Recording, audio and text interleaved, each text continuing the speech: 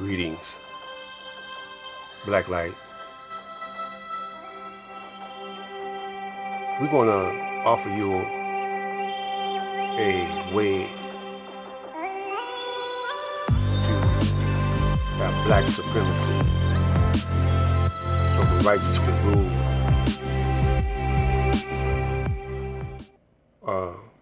To my brothers and sisters who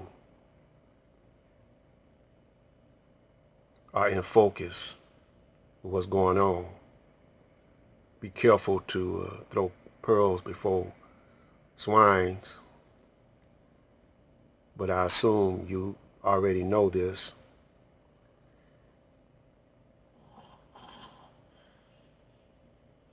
So we're talking about solar panel energy.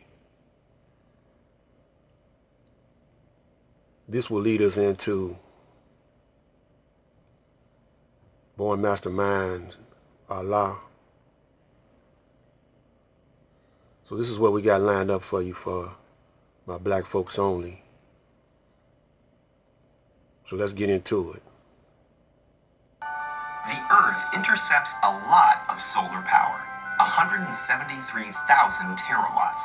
That's 10,000 times more power than the planet's population uses. So is it possible that one day the world could be completely reliant on solar energy? To answer that question, we first need to examine how solar panels convert solar energy to electrical energy. Solar panels are made up of smaller units called solar cells. The most common solar cells are made from silicon, a semiconductor that is the second most abundant element on Earth. In a solar cell, crystalline silicon is sandwiched between conductive layers. Each silicon atom is connected to its neighbors by 4 strong bonds, which keep the electrons in place so no current can flow. Here's the key. A silicon solar cell uses 2 different layers of silicon.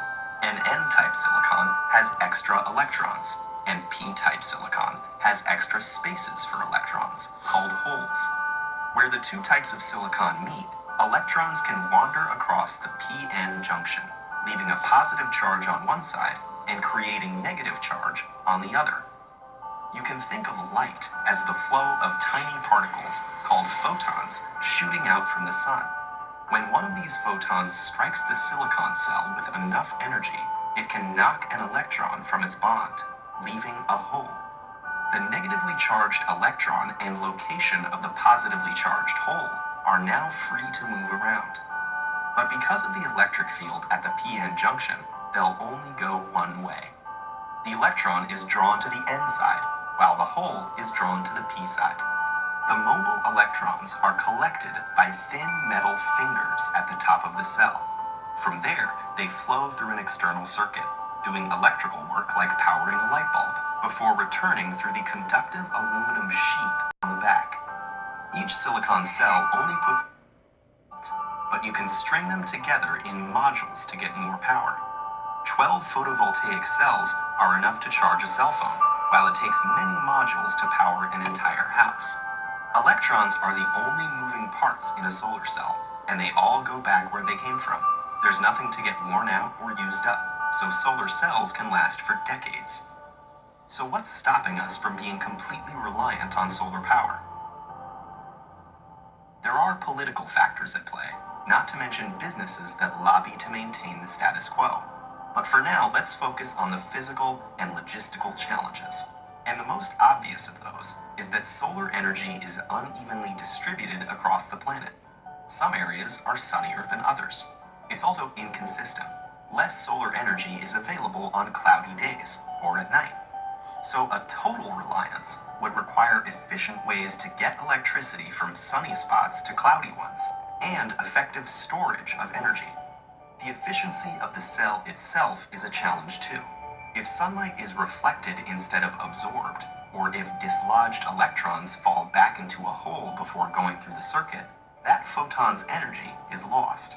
The most efficient solar cell yet still only converts 46% of the available sunlight to electricity, and most commercial systems are currently 15 to 20% efficient. In spite of these limitations, it actually would be possible to power the entire world with today's solar technology. We'd need the funding to build the infrastructure and a good deal of space. Estimates range from tens to hundreds of thousands of square miles. Which seems like a lot, but the Sahara Desert alone is over 3 million square miles in area. Meanwhile, solar cells are getting better, cheaper, and are competing with electricity from the grid. And innovations like floating solar farms may change the landscape entirely. Thought experiments aside, there's the fact that over 1 billion people don't have access to a reliable electric grid, especially in developing countries, many of which are sunny. So in places like that, solar energy is already much cheaper and safer than available alternatives like kerosene. For, say, Finland or Seattle, though, effective solar energy may still be a little way off.